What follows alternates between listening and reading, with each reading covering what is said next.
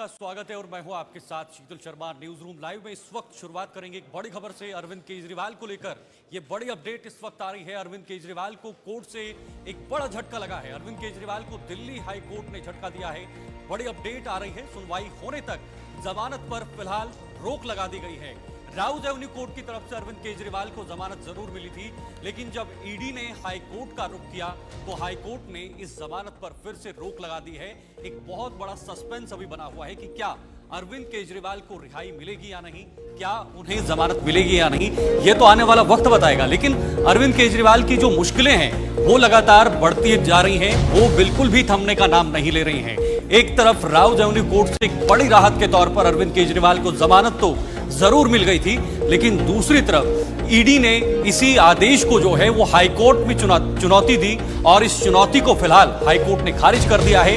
उन्होंने जमानत देने से फिलहाल रोक लगा दी गई है। अब अगला कदम क्या होगा, अगला स्टेप क्या होगा, अरविंद केजरीवाल की तरफ से किस तरह के कदम उठाए जाएंगे और दूसरी तरफ ईडी अपने तर्कों को कहां तक पहुंचाएगा। जो तथ्य रखे गए हैं जिस आधार पर उन्हें जो है वो जमानत याचिका पर जो सुनवाई हुई है उसको फिलहाल रोक लगा दी गई है। केशव मोहन मिश्रा इस वक्त हमारे सहयोगी दिल्ली से सीधे जुड़ चुके हैं। केशव, एक बार फिर से एक बहुत बड़ा सस्पेंस बना हुआ है अरविंद केजरीवाल की जमानत पर। हालांकि जरूर राउज एवेन्यू कोर्ट की तरफ से उन्हें जमानत मिली थी, लेकिन हाईकोर्ट ने इस पर रोक लगा दी गई है। देखिए, बिल्कुल जिस तरीके से दिल्ली के मुख्यमंत्री अरविंद केजरीवाल को जो है कहीं ना कहीं राउज एवेन्यू कोर्ट से राहत मिल गई है, लेकिन दिल्ली हाई कोर्ट ने इस बेल पर रोक लगाई है। लेकिन आखिरकार अब क्या होगा? क्या मुख्यमंत्री अरविंद केजरीवाल जेल से बाहर आएंगे या कहीं ना कहीं उनकी जो मुश्किलें हैं वो बढ़ती हुई दिखाई देगी? इस पर सबकी नजर बनी हुई है। लेकिन जिस तरीके से मुख्यमंत्री अरविंद केजरीवाल की मुश्किलें लगातार कम होने का नाम नहीं ले रही हैं, अब हाईकोर्ट ने इस बेल पर रोक लगाई है। ये बेल पर रोक कब तक रहती है? क्या मुख्यमंत्री आज बाहर आएंगे? इन तमाम सवालों पर कहीं ना कहीं अभी जो है वो सवाल खड़े हो रहे हैं और इस पर तस्वीर साफ होना बाकी है। ठीक है केशव, अब अगला कदम क्या हो सकता है आम आदमी पार्टी की तरफ से, या फिर जो अरविंद केजरीवाल के द्वारा किए गए वकील हैं उनका क्या कदम हो सकता है और ईडी किस दिशा में जा सकती है? देखिए, हो सकता है अगर आज अरविंद केजरीवाल को राहत नहीं मिलती है तो अरविंद केजरीवाल सुप्रीम कोर्ट का रास्ता अख्तियार कर सकते हैं, क्योंकि जिस तरीके से मुख्यमंत्री अरविंद केजरीवाल को कल जब राउज एवेन्यू कोर्ट से राहत मिली उसके बाद आम आदमी पार्टी ने इसका जश्न भी मनाया, लेकिन सुबह ही ये खबर सामने आई कि हाईकोर्ट ने बेल पर रोक लगा दी है। तो क्या है, क्या आम आदमी पार्टी इस पूरे मामले पर क्या आम आदमी पार्टी का स्टैंड रहेगा?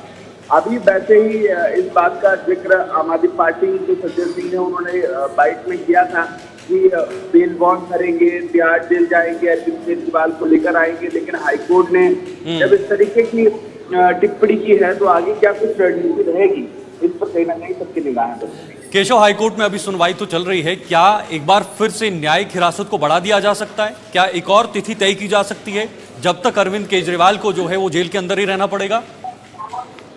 देखिए, ये बिल्कुल सस्पेंस है और अभी इस पर कुछ भी कहना बहुत जल्दबाजी है। इतना जरूर कहा जा सकता है शीतल की हाईकोर्ट ने जमानत पर कहीं ना कहीं रोक लगाई है, लेकिन क्या हाईकोर्ट किस आधार पर अरविंद केजरीवाल को चुनौती देगा? क्या राउज एवेन्यू कोर्ट के फैसले को लेकर अगला जो रुख है अरविंद केजरीवाल सुप्रीम कोर्ट का अख्तियार करेंगे, यानी कि इस पूरे प्रकरण पर वो सुप्रीम कोर्ट जाएंगे, सुप्रीम कोर्ट से गुहार लगाएंगे? क्योंकि इस पूरे केस की जो प्रारंभिक जांच है उसके तथ्य हैं वो राउज एवेन्यू कोर्ट पे सामने रखे गए हैं और निचली अदालत होने के बावजूद राउज एवेन्यू कोर्ट से लिए गए फैसले कोर्ट में अरविंद केजरीवाल के लिए एक बड़ा आधार बनकर दिखाई देंगे। जहां उनको निचली अदालत से राहत मिली है वहीं हाईकोर्ट ने उनको राहत देने से इनकार किया है। तो कहीं ना कहीं अब अरविंद केजरीवाल के पास रास्ता क्या होगा, क्या कानूनी चीजें होंगी, जिस पर अभी आम आदमी पार्टी ने अपना स्टैंड क्लियर नहीं किया है, लेकिन बहुत जल्द। ठीक है, ओके केशव, बहुत बहुत शुक्रिया आपका तमाम जानकारी साझा करने के लिए। केशव मोहन मिश्रा इस वक्त दिल्ली से हमारे साथ बने हुए थे, जिन्होंने बताया कि बहुत मुश्किल कहना होगा कि क्या अरविंद केजरीवाल को रिहाई मिलेगी या नहीं, या फिर इसी तरह से उन्हें न्यायिक हिरासत में रहना पड़ेगा। आगे बढ़ेंगे, अब बात करेंगे जम्मू कश्मीर को लेकर, विधानसभा चुनाव को लेकर बड़ी अपडेट आ रही है। निर्वाचन आयोग की तरफ से नोटिफिकेशन जारी कर दी गई है और ऑफिशियल नोटिफिकेशन सामने आई है। मतदाता सूचियों का अब पुनर्निरीक्षण जो है वो होने वाला है और 4 राज्यों के साथ साथ जम्मू कश्मीर का नाम भी इसमें शामिल है। विधानसभा के चुनाव इस साल बहुत सारे राज्यों में होने हैं, जिसमें 4 से 5 राज्य शामिल हैं। झारखंड है, हरियाणा है, जम्मू कश्मीर है और अब जाकर जम्मू कश्मीर में पिछले 10 सालों से जो चुनाव नहीं हुए हैं उस पर सूखा हटने का कहीं ना कहीं एक संकेत मिलते हुए नजर आ रहा है और आधिकारिक तौर पर यहां पर एक बड़ा कदम जो है वो इलेक्शन कमीशन ऑफ इंडिया की तरफ से उठाया गया है। इस वक्त हमारे साथ हमारे एग्जीक्यूटिव एडिटर साहब गौहर साहब जुड़ चुके हैं, उनसे भी जानकारी लेने की कोशिश करेंगे कि क्या अब बहुत जल्द यहां पर चुनाव होंगे। हालांकि ये बताया जा रहा है कि रक्षाबंधन तक जो सूचियां हैं, जो लिस्ट होती हैं, उनको कहीं ना कहीं पुनर्निरीक्षण किया जाए। तो गौहर साहब बहुत बहुत स्वागत है समय देने के लिए। तो क्या हम सीधा मान जाएं कि बहुत जल्द चुनाव होंगे? देखिए, अगर आप देखेंगे तो सिर्फ 24 घंटे के अंदर अंदर प्राइम मिनिस्टर साहब ने कल श्रीनगर के SKICC में जब वो संवाद कर रहे थे, बात कर रहे थे, तो उन्होंने कहा कि बहुत जल्द जम्मू कश्मीर लेजिस्लेटिव असेंबली के इलेक्शंस होंगे, बहुत जल्द एक स्टेट होगी और उसी बहुत जल्द को देखते हुए आज सुबह जो ही कार्यालय इलेक्शन कमीशन का खुला तो उन्होंने एक नोटिफिकेशन जारी किया। उस नोटिफिकेशन में 4 स्टेट्स की इलेक्शन की बात कही गई है और उनमें जम्मू कश्मीर का भी जिक्र है कि ड्यू इलेक्शंस हैं, इसलिए जो इलेक्टोरल रोल्स के रिवीजन की बात कही गई है उसको एक सेट फ्रेम दिया गया 1 महीने का कि उसमें आपने ये पूरा काम जो है वो कंप्लीट करना होगा। तो उससे ये काफ़ी सेट पाया जा रहा है कि अब इंतखाबात, अब जो इलेक्शंस है वो बिल्कुल पास में। एक तो ये ऑफिशियल है जो नोटिफिकेशन आज सुबह आई है, लेकिन हमारे जो सोर्सेज है वो इस बात को कंफर्म कर रहे हैं कि इलेक्शन ड्यू है। इलेक्शन कमीशन ने ऑलमोस्ट प्रिपरेशंस मुकम्मल की हैं, ये जो कोडल फॉर्मेलिटीज़ है इसे पूरा किया जा रहा है और रक्षाबंधन से पहले एक ब्रीफिंग होगी इलेक्शन कमीशन की जिसमें बाज़ाब्ता तौर पर मॉडल कोड ऑफ कंडक्ट किस दिन से लगेगा उसकी अनाउंसमेंट होगी। और ये भी हमें बताया जा रहा है, जो हमारे सोर्सेज है वो ये बता रहे हैं कि 5 चरणों में जम्मू कश्मीर विधानसभा के चुनाव हो सकते हैं और इस सिलसिले में जो गृह मंत्रालय हैं उनसे भी क्लोज कॉन्टैक्ट में इलेक्शन कमीशन है। स्टेट एडमिनिस्ट्रेशन में on the top of the chair lieutenant governor और फिर चीफ सेक्रेटरी और डायरेक्टर जनरल पुलिस से भी बहुत जल्द संवाद होगा और उनसे भी जो है एक ऑफिशियल मीटिंग होगी जिसके बाद और ये बॉल रोल ऑन करेगी। यानी जो 4 स्टेट्स हैं इस साल के आखिर तक वहाँ चुनाव चारों के चारों में है, लेकिन पास में हरियाणा है और जहाँ तक हमें लग रहा है वो यही है कि हरियाणा और जम्मू कश्मीर का बिगुल जाए शायद एक साथ बज सकता है। और इस तरीके से जो पिछले कई सालों से लगभग 10 साल का वक्त हो गया है, 2019 से अगर आप पहले की बात देखें जब गवर्नमेंट थी तो वो हटी थी, तब से उसके बाद इलेक्शन नहीं हुए, यहाँ पर स्टेट असेंबली के इलेक्शन नहीं हुए, वो होते हुए अब साफ दिख रहे हैं। ठीक है, पीएम मोदी ने आज का दिन यानी योग दिवस का दिन चुना, श्रीनगर से सीधे डल झील से, और संदेश साफ दिया कि अब चुनाव होंगे। अब आपको इलेक्टेड जो रिप्रेजेंटेटिव हैं जम्मू कश्मीर में जो पिछले 10 साल से नहीं मिले हैं वो मिलेंगे। इससे आने वाले समय में, क्योंकि पिछले कई सालों से लोगों को वो कार्य नहीं मिल पा रहे हैं, डायरेक्टली वो अपने रिप्रेजेंटेटिव के पास नहीं जा पा रहे हैं, तो क्या थोड़ी सी तस्वीर बदलती हुई नजर आएगी जम्मू कश्मीर की? देखिए, थोड़ी सी नहीं, बहुत सारी तस्वीर बदलती हुई नजर आ रही है। एक जमाना था जब भी प्राइम मिनिस्टर जम्मू कश्मीर के दौरे पर जाते थे तो बंद होता था, रेस्ट्रिक्शंस होती थी और शायद ही इतना बड़ा एक्सेस लोगों का किसी के पास होता था। एक तो ये है कि कल जब प्राइम मिनिस्टर साहब दिन में गए, तकरीबन 3-4 बजे वो वहाँ पहुँचे, 5 बजे के आसपास पहुँचे, तो आपका एक ब्रीफ पीरियड के लिए हाईवे जो VVIP मोमेंट होती है उसके लिए थोड़ा सा ब्रीफ पीरियड से 10 से 15 मिनट के लिए वो थोड़ा ब्लॉक रहा। रेस्ट जो रेस्ट्रिक्शंस थी वो बड़ी कन्फाइंड थी। SKICC के लेफ्ट राइट में कोई 1-1.5 किलोमीटर के दायरे में रेस्ट आपका सारा खुला था। कल बिजनेस अपने तरीके से चल रहा था, जिसने काम करना था वो कर रहा था। तो ये एक छोटा सा बदलाव नहीं, एक बड़ा बदलाव है जो हमने देखा 5 अगस्त 2019 के बाद।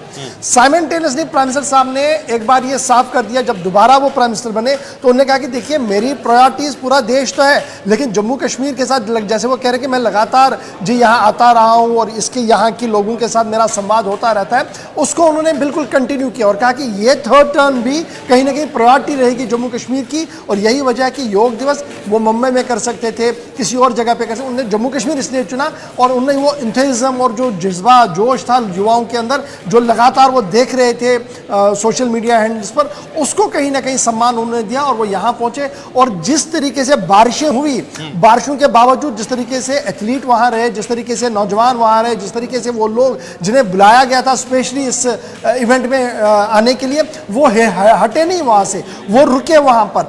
40-45 मिनट डिले भी हुआ, लेकिन तब भी वो वहां पर बने रहे और प्राइम मिनिस्टर के साथ लगे। वो एक बॉन्ड है, जो दिलों की दूरी और दिल्ली की दूरी वाली बात हो रही थी, उस पर कहीं ना कहीं काम हो रहा है। सर, सबसे बड़ी जो वजह चुनाव को रोकने की बताई गई थी वो सुरक्षा बताई गई थी। तो क्या जम्मू कश्मीर की स्थिति, जम्मू कश्मीर की जो परिस्थितियां हैं, वो चुनाव के लिए पूरी तरह से तैयार हैं? क्या सिक्योरिटी कोई बड़ी थ्रेट नहीं है इस समय जम्मू कश्मीर के देखिए, अंदर? जब आप लोकसभा के इलेक्शन कर सकते हैं तो आज भी सिचुएशन वही है। जब आप पंचायत के इलेक्शन कर सकते हैं तो सिचुएशन वही है। जब हम अर्बन लोकल बॉडीज के इलेक्शन कर सकते हैं तो सिचुएशन वही है।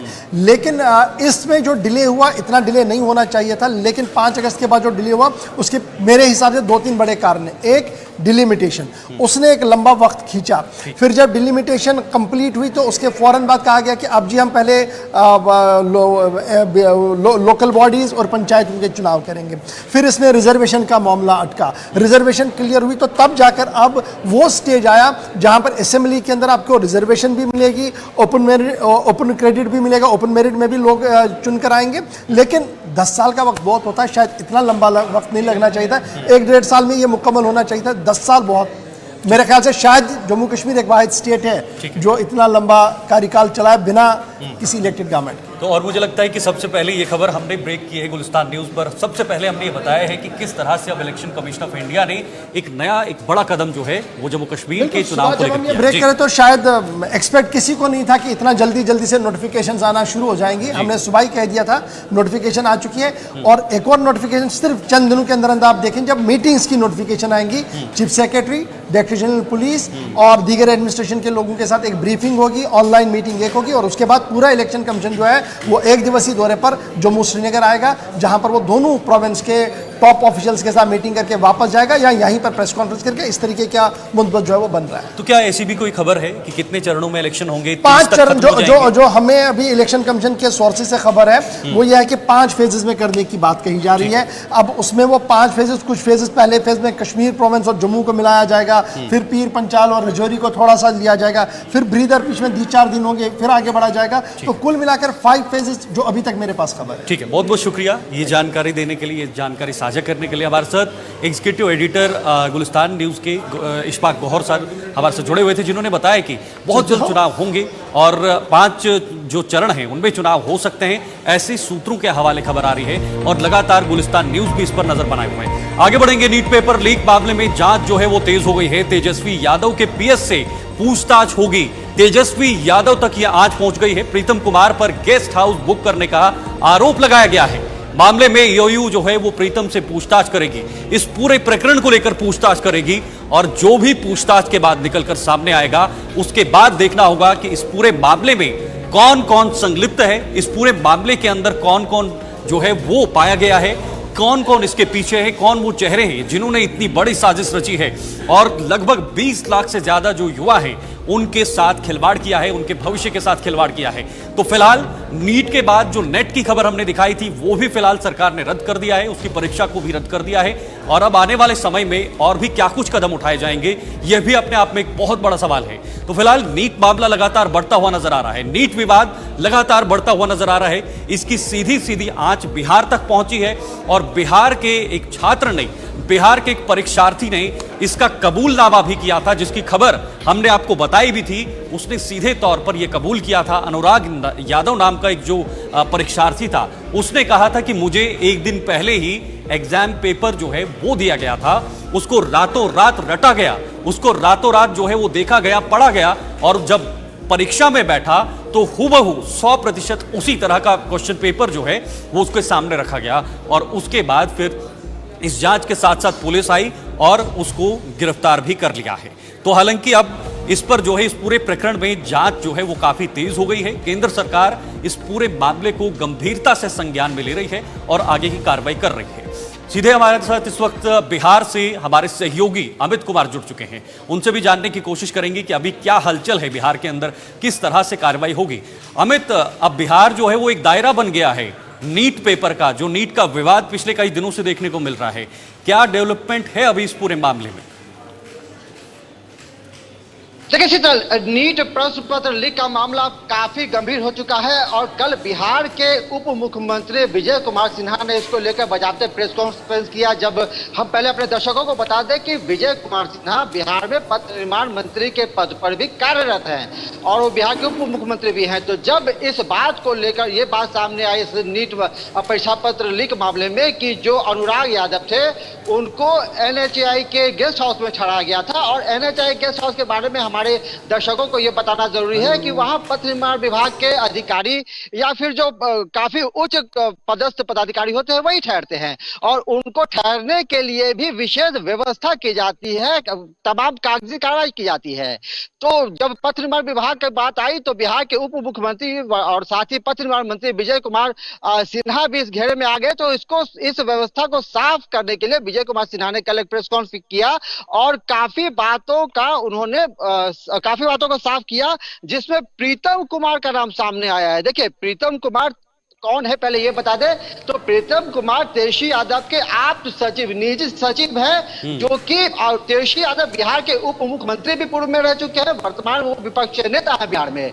तो प्रीतम कुमार का नाम सामने आया और प्रीतम कुमार ने सिकंदर कुमार भारतेंदु के लिए एक कमरा बुक कराया था। देखिए अमित इसमें सबसे बड़ा सवाल निकलकर सामने आया था। बिहार के डिप्टी सीएम ने एक प्रेस कॉन्फ्रेंस दी थी और उस प्रेस कॉन्फ्रेंस में सीधे तौर पर तेजस्वी यादव का नाम सामने आया था, उनके करीबियों का नाम सामने आया था कि उनके संरक्षण में होटल को बुक किया गया है, उनके लिए कमरे बुक किए गए हैं, वहां पर रखा गया है। तो क्या इस पूरे खुलासे के बाद इस केस में जो है वो नया मोड़ निकलकर सामने आया है और उसी दिशा में जांच भी की जा रही है? देखिए निश्चित तौर पर जो मामला था वो कहीं ना कहीं पथ निर्माण विभाग के जो मुखिया होते हैं, जो मंत्री होते हैं, उस ओर जा रहा था कि NHAI के गेस्ट हाउस में कैसे कोई ठहर सकता है। तो इस बात की सफाई को लेकर विजय कुमार सिन्हा जो वर्तमान बिहार के उप मुख्यमंत्री बिहार सरकार में है, तो उन्होंने काफी कुछ मामला को जो स्पष्ट किया, साफ किया और उन्होंने साफ तौर पर कहा कि प्रीतम कुमार तेजस्वी यादव के आप सचिव हैं, उनके द्वारा 1 मई को माफ कीजिएगा 1 मई को ही जो है एक रूम बुक करने को कहा जाता है। जो NHAI के एक कर्मचारी हैं प्रदीप कुमार, उनको फोन करके कहा जाता है कि एक रूम बुक करना है, लेकिन प्रदीप कुमार उस बात को अनदेखा कर देते हैं। फिर 4 तारीख को प्रदीप कुमार की तरफ से दोबारा फोन आता है और उनको प्रदीप कुमार को सारी कागजात कार्रवाई करने का जो है भरोसा दिया जाता है, जिसके बाद वो रूम जो प्रदीप कुमार है वो अपने उच्चस्थ पदाधिकारी को इस मामले से अवगत जो कल प्रेस कॉन्फ्रेंस में तेजस्वी यादव पर आरोप लगे हैं, क्या उनको भी आधार बनाया गया है इस जांच पड़ताल में? निश्चित तौर पर देखिए जब जांच हो रही है और निष्पक्ष जांच अब सामने हो रही है, EOU है और बिहार पुलिस है, दोनों संयुक्त रूप से मामले को जांच कर रही है, तो कई कुछ मामला खुलासा हो रहा है और लगातार छापामारी का दौर भी जारी है। अमित देखिए, बिहार अब एक केंद्र बन गया है इस पूरे नीट विवाद का, वहीं से सब कुछ अब निकलकर सामने आ रहा है। क्या और भी लोग इसमें शामिल हो सकते हैं, और भी लोग इसमें जो है वो निकलकर सामने आ सकते हैं?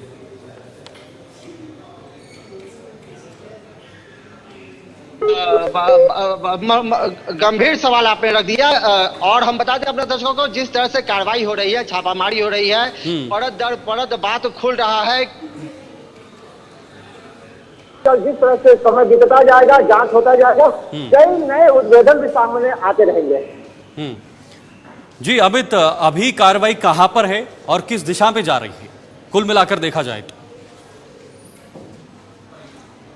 देखिए शीतल, कार्रवाई बिल्कुल जो चूंकि EOU जो आर्थिक अपराध इकाई है उनके द्वारा कार्रवाई की जा रही है, पूरी छापामारी का दौर जारी है, एक एक परत दर परत खुल रहा है और अब जो बिहार के उप मुख्यमंत्री वर्तमान में है विजय कुमार सिन्हा, उनके द्वारा जब कल प्रेस कॉन्फ्रेंस किया गया और सीधे तौर पर तेजस्वी यादव जो वर्तमान में विपक्ष के नेता है, पूर्व में उप मुख्यमंत्री बिहार सरकार रह चुके हैं, तो उनके मध्य सारा मामला गढ़ दिया गया है। चूंकि प्रदीप कुमार जो है जिन्होंने सिकंदर कुमार के लिए रूम बुक कराया था, तो प्रदीप कुमार का तेजस्वी यादव से काफी गहरा और निकटतम मधुर संबंध है। देखिए लालू यादव जब अमित, क्या तेजस्वी यादव की तरफ से कोई प्रतिक्रिया सामने आई है या उनकी पार्टी के नेता की तरफ से?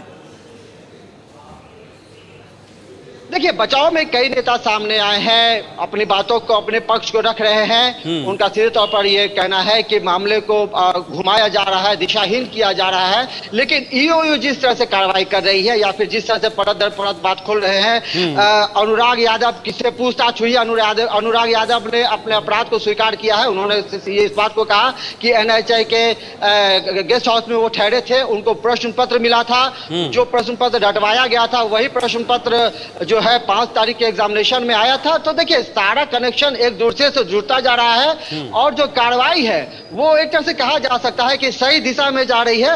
और सिकंदर कुमार भारतेंदु इसमें मुख्य भूमिका की, जिसको किंग पिन कहा जाता है, तो सिकंदर कुमार भारतेंदु अब कहीं ना कहीं किंग पिन की तरह नजर आ रहे हैं। ठीक है, बहुत बहुत शुक्रिया आपका अमित, तमाम जानकारी के लिए। अमित इस वक्त बिहार से जुड़े हुए थे, जिन्होंने बताया कि किस तरह से अब ये जो जांच का दायरा है ये पूरी तरह से बिहार पहुंच गया है। बिहार एक केंद्र इसका बनता हुआ जा रहा है नीट विवाद का, और बिहार पर ही अब जांच भी शुरू हो गई है। जांच पड़ताल कब तक होगी, इसमें क्या कुछ निकलकर सामने आएगा, क्या एक वक्त ऐसा आएगा कि नीट पेपर को भी सरकार को रद्द करना पड़ेगा, यह तो आने वाला समय ही बता पाएगा। इधर आगे बढ़ेंगे। आज पूरे विश्व में योग दिवस मनाया गया, अंतर्राष्ट्रीय योग दिवस मनाया गया, और पूरे विश्व के साथ साथ जम्मू कश्मीर के अंदर और हमारे देश के अंदर भी योगा जो है वो मनाया गया, योग अभ्यास जो है वो आज किया गया है। तो 10वें अंतर्राष्ट्रीय योग दिवस पर आज कार्यक्रम देखने को मिले अलग अलग जगहों पर, देश के अलग अलग हिस्सों में। तमाम जितने भी प्रदेश हैं, प्रदेश के मुखिया हैं या फिर मुख्यमंत्री हैं, उन्होंने भी लोगों के साथ, लोगों के बीच जाकर आज योगा किया है और अंतर्राष्ट्रीय पटल पर अपना संदेश रखने की कोशिश की है कि योगा हमारे लिए कितना महत्वपूर्ण है, योगा हमारे शारीरिक मानसिक रूप से कितना ज्यादा लाभदायक है। इसको अगर हम अपने जीवन में, अपने रोजमर्रा के जीवन में उतारते हैं तो ये हमारे लिए बहुत ज्यादा फायदेमंद हो सकता है। ऐसे में भारत की पहल आज दुनिया भर में गूंज रही है। भारत ने 2015 में योगा दिवस को जो है वो पहल दी थी और इसको अंतर्राष्ट्रीय पटल पर जो है वो पहुंचाया, और उसके बाद यूएन की तरफ से सहमति मिली कि अब इसको इंटरनेशनल योगा डे के रूप में मनाया जाएगा। और आज वो दिन है 21 जून का दिन, जो सबसे बड़ा दिन भी माना जाता है। ऐसे में आज के दिन ही पूरे देश के अंदर जो है वो योगा दिवस मनाया जाता है। खास बात यह है कि प्रधानमंत्री मोदी ने जम्मू कश्मीर का श्रीनगर जो है वो चुना है योग दिवस के लिए। अलग अलग तस्वीरें हैं हरिद्वार से, उधर उत्तर प्रदेश में जहां पर योगी आदित्यनाथ की अगुवाई में योग किया गया, राजधानी दिल्ली में भी इसकी गूंज देखने को मिली। साथ ही साथ पश्चिम बंगाल में भी लोगों ने जमकर योग किया और एक बड़ा संदेश देने की कोशिश की। जम्मू कश्मीर की तस्वीर आपके सामने है, और जम्मू कश्मीर खास इसलिए भी बनता है क्योंकि प्रधानमंत्री मोदी ने तीसरे कार्यकाल के बाद जब उन्होंने पीएम की शपथ ली है, पीएम का पदभार संभाला है, उसके बाद उन्होंने सीधे जम्मू कश्मीर जो है वो योगा दिवस के लिए चुना है। आज का ये खास दिन, और प्रधानमंत्री मोदी जो है वो आज श्रीनगर में योगा में जो है वो शामिल हुए हैं। तो फिलहाल अलग अलग तस्वीरें हैं। 2015 में जब शुरुआत हुई थी, जब इसको इंटरनेशनल योगा डे के रूप में जो है वो पूरी दुनिया में पहुंचाया था। 2016 की तस्वीर आपके सामने है। 2017 में, इसी तरह से 2018 में भी योगा दिवस जो है पूरी दुनिया के अंदर मनाया गया। 2019 में भी इस योगा का असर देखने को मिला। 2020 में भी प्रधानमंत्री मोदी की अगुवाई में जो है वो योग किया गया। 2021 और 22 और साथ ही साथ 2023 में भी योग का जो है वो धूम देखने को मिली। और आज भी 21 जून 2024 की तस्वीर कश्मीर से, श्रीनगर से आपके सामने है। डल झील के किनारे ऊंची ऊंची वादियों और पहाड़ों पे सफेद सी चादर बिछी हुई बर्फ, ऊंचे ऊंचे पेड़, और साथ ही साथ डल झील जो खूबसूरत सी झील है, जो एक आकर्षण का केंद्र है। वहां पर किस तरह से पर्यटक आकर्षित होते हैं, और ये स्थान जो है वो प्रधानमंत्री मोदी ने चुना है। एक तरफ शुद्ध पर्यावरण, एक तरफ स्वच्छ पर्यावरण, और एक बड़ा संदेश कि हमारा जो श्रीनगर है, हमारा जो कश्मीर है, कश्मीर की जो वादियां हैं, यहाँ का जो पर्यावरण है, यहाँ का जो एनवायरनमेंट है वो कितना साफ और स्वच्छ है। ऐसे में योग को लेकर भी एक बहुत बड़ा संदेश दिया गया है। चलिए इधर यूपी की बात करें तो लखनऊ में भी मनाया गया 10वां अंतर्राष्ट्रीय योग दिवस। सीएम योगी आदित्यनाथ ने भी आज योग अभ्यास किया है। अलग अलग राज्यों में इसकी गूंज दिख रही है। कई नेता और बड़े बड़े जो दिग्गज नेता हैं वो भी इस योग दिवस के इस अवसर पर जो है वो शामिल हुए हैं। तस्वीर आपके सामने, सीएम योगी आदित्यनाथ ने भी आज योग अभ्यास किया है, और बहुत सारे लोग इस समय सीएम योगी आदित्यनाथ के साथ शामिल रहे। युवा हो, बुजुर्ग हो या महिलाएं हो, तमाम तरह के लोग वहां पर मौजूद थे। अंतर्राष्ट्रीय दिवस मनाया जा रहा है लखनऊ रेजिडेंसी में। डिप्टी सीएम इस वक्त हमारे साथ हैं और बाकायदा स्वास्थ्य मंत्री भी हैं और इस वक्त सुबह से यहाँ पे लखनऊ में और पूरे प्रदेश में तमाम मंत्रीगण अपने क्षेत्र में कर रहे हैं। और इस वक्त हमारे साथ ये बताइए, स्वास्थ्य मंत्री भी हैं, इस तरह से 10वां अंतर्राष्ट्रीय योग दिवस है, क्या कहना चाहते हैं? देशवासियों को बहुत बहुत बधाइयाँ देता हूँ, माननीय मोदी जी का आभार प्रकट करता हूँ। आज अंतर्राष्ट्रीय योग दिवस है और ये माननीय मोदी जी की वजह से संभव हो पाया है कि जन जन में दुनिया में योग पहुँचा है।